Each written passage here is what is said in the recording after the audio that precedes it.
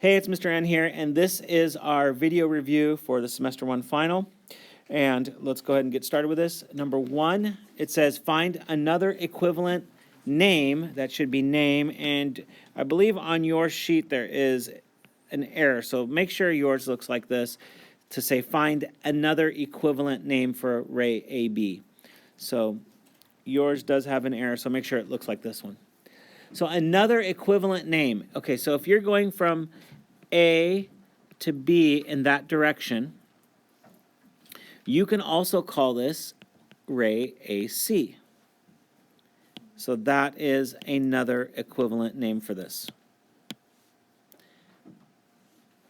Okay, for number 2, what additional information must you find or show to prove that triangle ABC is congruent to triangle DEF by side angle side and angle side angle?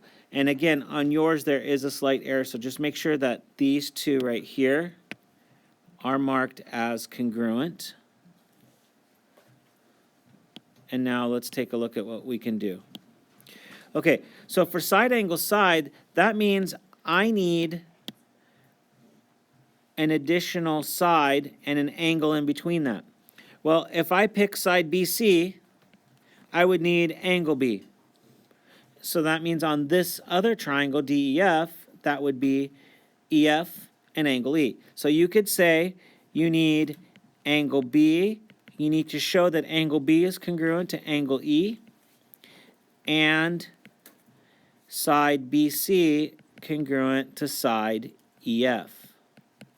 Or you could have done it a different way.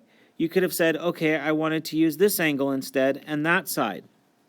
So that's another way you could have said it. That would mean you need angle A. You have to show angle A congruent to angle D and AC congruent to side DF. So those are two different ways that you could have done it by side angle side. Now suppose we had the case with angle side angle. Okay, well, and in this case, let me see if I can go ahead and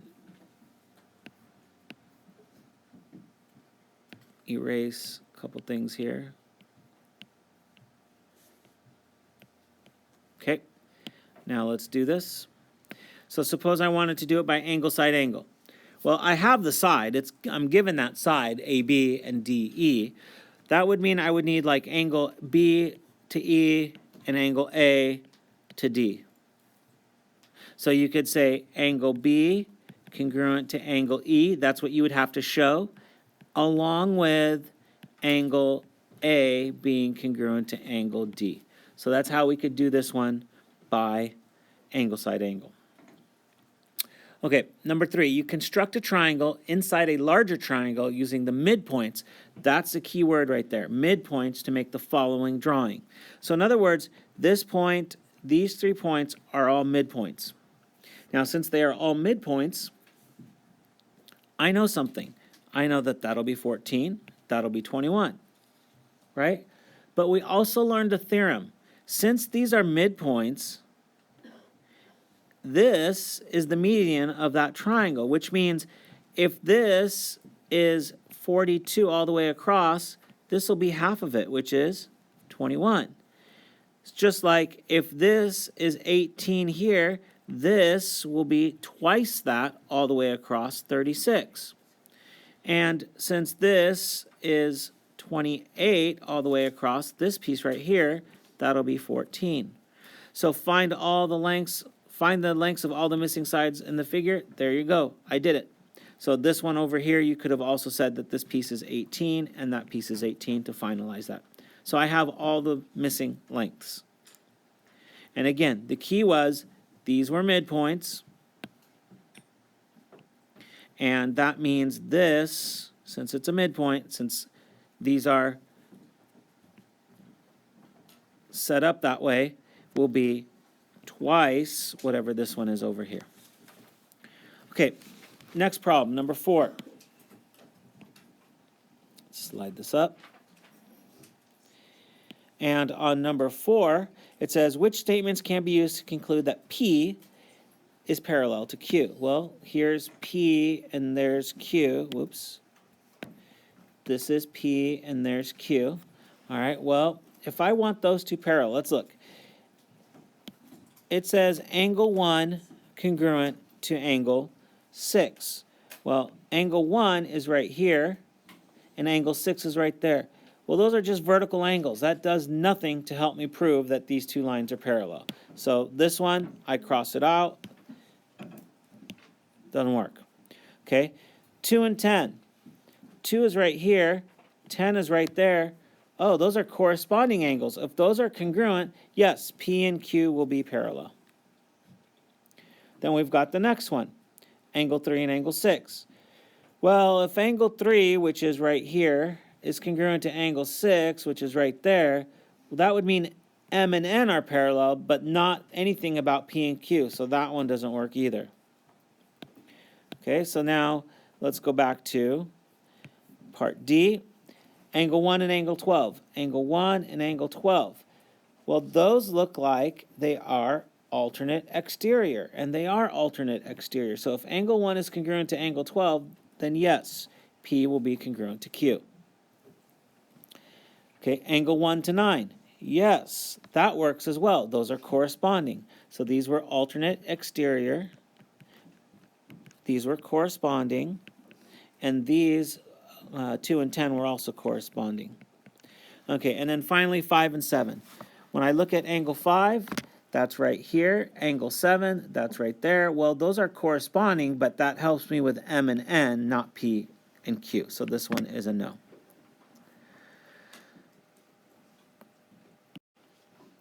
All right, moving on to number 5. How many lines of symmetry does each have? A square. Okay, so if I draw a square, I have a line of symmetry right here. I've got one right there, across that way, and diagonal that way. So a square has 4 lines of symmetry. A rectangle. Well, on a rectangle, I can only go in these 2 directions. If I try to go diagonal, it won't work. Think of it as if I wanted to go diagonally, I would have to fold this over, and it would have to look exactly the same. It won't. You can cut a piece of paper out and try it and see. It won't. So this only has 2 lines of symmetry. Okay, now a parallelogram. If I draw a parallelogram, any way I try to draw a line, whether I go like this, I try diagonals, any way, I can't fold it onto itself. So this has 0 lines of symmetry. And then we move on to a rhombus. Well, a rhombus is a special parallelogram. And if I fold it diagonally like this, it will fold onto itself, and like that. So this one also has 2 lines of symmetry. All right, number 6. So let's move this up. Okay, looking at number 6. Over here it says find the values of x and y. Well, I know that this is 90, I know that that's 4x, and I know that that's 2x. So I could say right away 4x plus 2x equals 90, because that's a triangle. So I've got 6x equaling 90, so x is going to be 15. Got x. All right, well, if x is 15, that means this is 4 times 15, which gives me 60. This is a vertical angle, which will be 60. And now I could do couple other things. I could say this y, which is the exterior, equals the sum of the 2 remotes. So I could say y equals 60 plus 93. Y is going to be 153. Now suppose you couldn't remember that. You could still add up this triangle, and 180 minus the 93 minus the 60 gives you this angle in here, and then 180 minus that will get you back to 153. So there are a couple ways to do that one.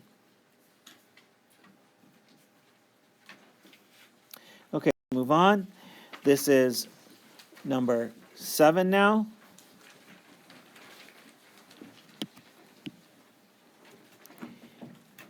And explain what happens if you reflect an image about 2 intersecting lines. In other words, reflect about the first line and then the second line.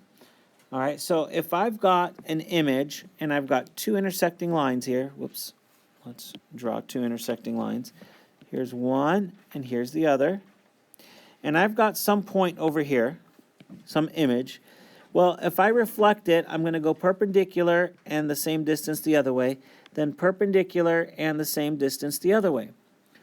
Well, we covered a theorem. What ends up happening is if I connected this like that, we proved and we showed that this full angle will be twice whatever the angle is of the intersecting lines. So what happens? We can conclude that the angle formed, or let's just say it this way, well, the angle formed will be twice the angle of intersection between the two lines. So basically what's happening? Well, you are rotating, this is the answer now, you are rotating 2 times the angle formed by the intersecting lines. So that's what you're doing. So 2 reflections of intersecting lines is a rotation. That's twice the angle formed by them. Okay, so part 2, what if these lines are parallel? So I've got this and I've got this, and I have to reflect the first one. Let's put a point here in red. I'm going to reflect at that distance, and then I'm going to reflect at this distance. Well, what ends up happening for that total distance? Instead of 2 times the angle, this is just 2 times the distance between. So this whole thing is twice whatever this distance is. So if I call this distance x, that whole thing will be 2x. So it's twice the distance formed. Okay, number 8. Suppose you have the following diagram where HJ, this is line HJ, intersects ray KL at point K and forms a right angle. Oh, forms a right angle. Let's make a right angle symbol there. Can you conclude that K is the midpoint? No, because it's a line. We don't know how long it goes on each end, so that's a no. Can you conclude that KL is an angle bisector? Yes. Well, why do I know? Because if this is 90 on this side, it's got to be 90 on that side. So it's an angle bisector. Can you conclude that HKL is 90? Yes, we know that because they're perpendicular. Okay, so for number 9, it says, write an equation in y-intercept form of the line passing through the point 5, -4 that is parallel to the line y equals 3x minus 8. So we've got y equals 3x minus 8 that we're looking at. We want something parallel to it. This slope is 3. So I'm going to do this problem down here. And since the slope is 3, and we know the point it passes through, I could just use y minus y1 equals m times x minus x1. This is point slope form. But they want me to eventually change it to y-intercept form, which is not bad. We'll just do that when we get there. So let's go ahead and plug these values in. This is your x1, y1. So you end up with y plus 4 equals 3 times x minus 5. So y plus 4 equals 3x minus 15. So y equals, and the reason why I'm not stopping at this point right there is because I needed to do this in the y-intercept form. So go ahead and subtract 4 from each side. So 3x minus 19 is the final answer. This is correct up here, but they wanted in slope-intercept form. All right, so now let's take a look at the next one. The next one says, write an equation y-intercept form again that is perpendicular. All right, so we know our slope is 3. Perpendicular to that would be negative 1/3 because we need the opposite and the reciprocal. So y minus y1, in this case, that's y minus -4, so that's y plus 4 equals m, which is negative 1/3, x minus x1, which is 5. Let's go ahead and clean this up because we need to find it in intercept form. So y plus 4 equals negative 1/3 x plus 5/3. So going ahead and subtracting the 4 from each side, I will get y equals negative 1/3 x. Now this becomes 12/3 if I find a common denominator, and I subtract it over, I'll get minus 7/3. All right, moving on to number 10. So for number 10, it says, suppose you have the following figure. Explain why you can or cannot state that M is the midpoint of XW.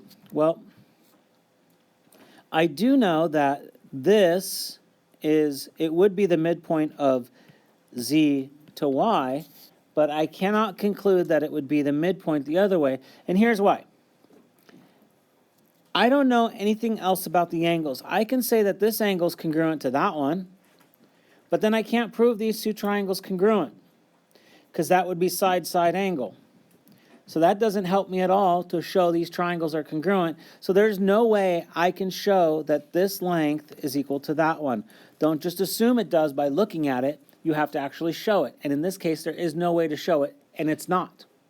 I could have skewed the triangle and made this a little bit different here and connected it, and then you would see that a little bit better. So, cannot prove triangle, we'll call it XYM, congruent to triangle WZM. So cannot show that XM, we'll just say XM equals MW. All right, number 11. You are given that AD is congruent to BD and that EBD and CAD are right angles. And we need to prove that AC is congruent to BE. So we're trying to show that AC right here is congruent to EB right there. All right, so let's see what we can do. For this one, I'm going to set up my T-chart, and I'm going to go statements and reasons. The first one, I'm going to write in my givens. AD is congruent to BD, and angle EBD and angle CAD are right angles. And that's the given. Step 2. I can say that since EBD and CAD are right angles, I could say angle EBD congruent to angle CAD. By definition, I could just call this a definition of right angles, that they're all congruent. They're all 90 degrees. Step 3, I could say angle ADC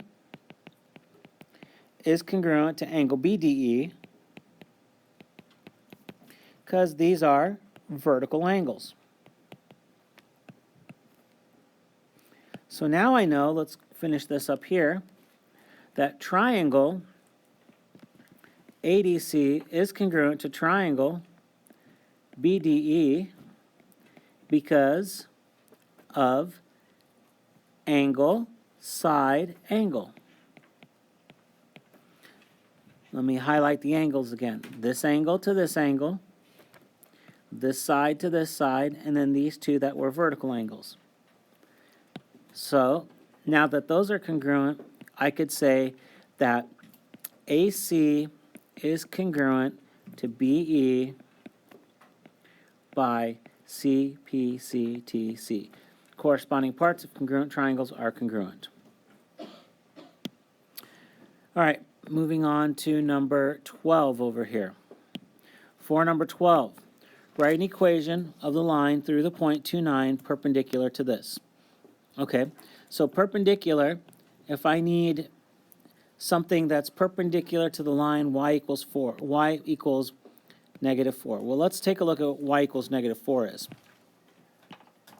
y equals negative 4 is this line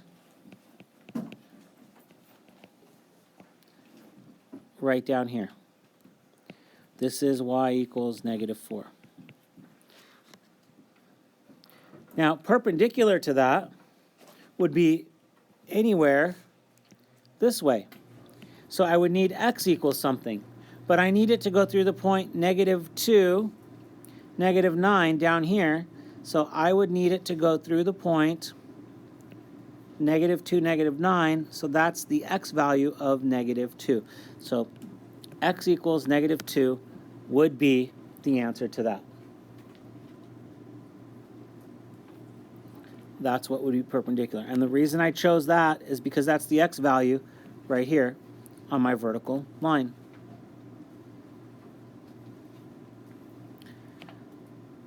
Okay, let's take a look at number 13. Number 13 says,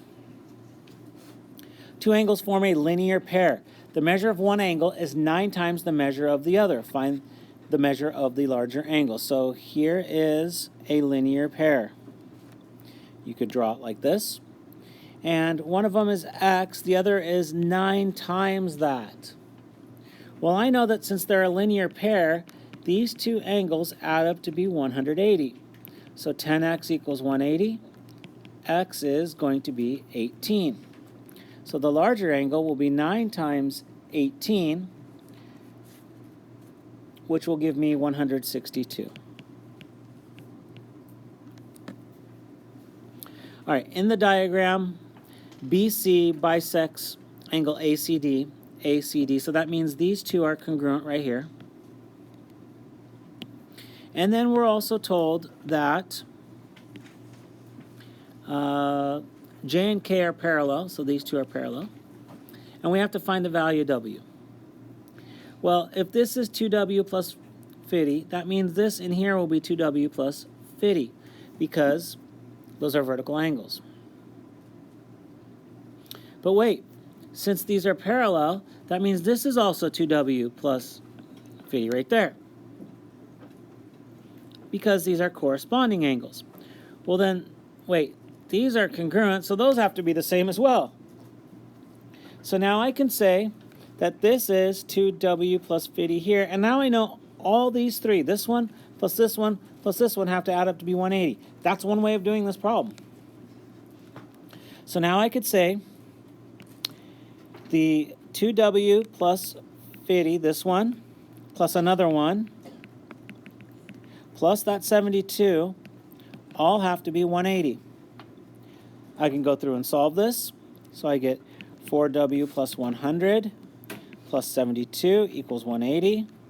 Subtract 172, I get 4W equals 8. So W will be 2. All right, looking at the next one. Determine if any lines must be parallel. All right, so let's take a look at this. This is 46. This is 90. If this is 90 on this end, that means that's got to be 90 on that end. I know that. This could be skewed in different directions right here. So I don't know anything about that one. I do know that since that's 43, this vertical angle right there will also be 43. So we could write this in. I do know that since this is 47, that vertical angle right in there will also be 47. That means I could solve for this missing angle in the triangle. So 47 plus the 43, 180 minus that, well, that's going to be 90. So that's a 90-degree angle right in there. I can determine that this will be 46. And there's nothing else I could fill out number-wise because I don't know. I'm just trying to see if anything is parallel. But now let's take a look. If this is 90 and this is 90 and they're both 90-degree angles to this line, this same exact line. So this is perpendicular to it, and this is perpendicular to it. That must mean that T and U are parallel, and that's the only conclusion I can make. T parallel to U. All right, so for number 16, let's move this up. This is our last one. Find the value of x that makes these triangles similar. Well, we can set this up, and we can say that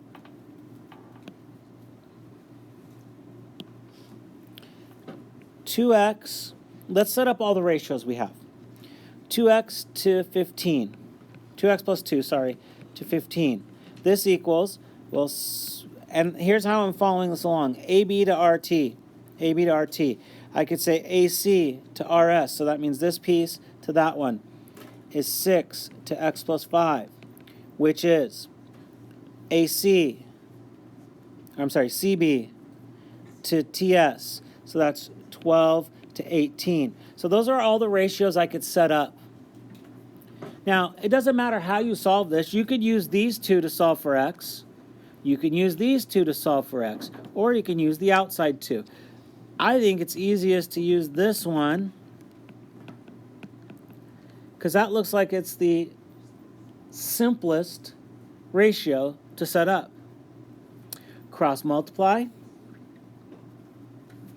I will get 12x plus 60 equals 6 times the 18. So 12x plus 60 equals 108. So 12x equals 48. X is going to be 4. Now, if you would have set up this ratio and solved it, it would work. If you set up the outside ratio, solve it, you'll get x equals 4. Try it.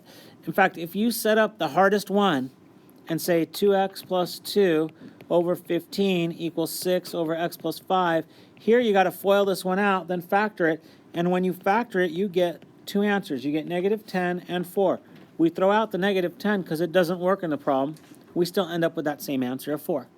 So again, it doesn't matter which ratio you use, they all come out to be the same.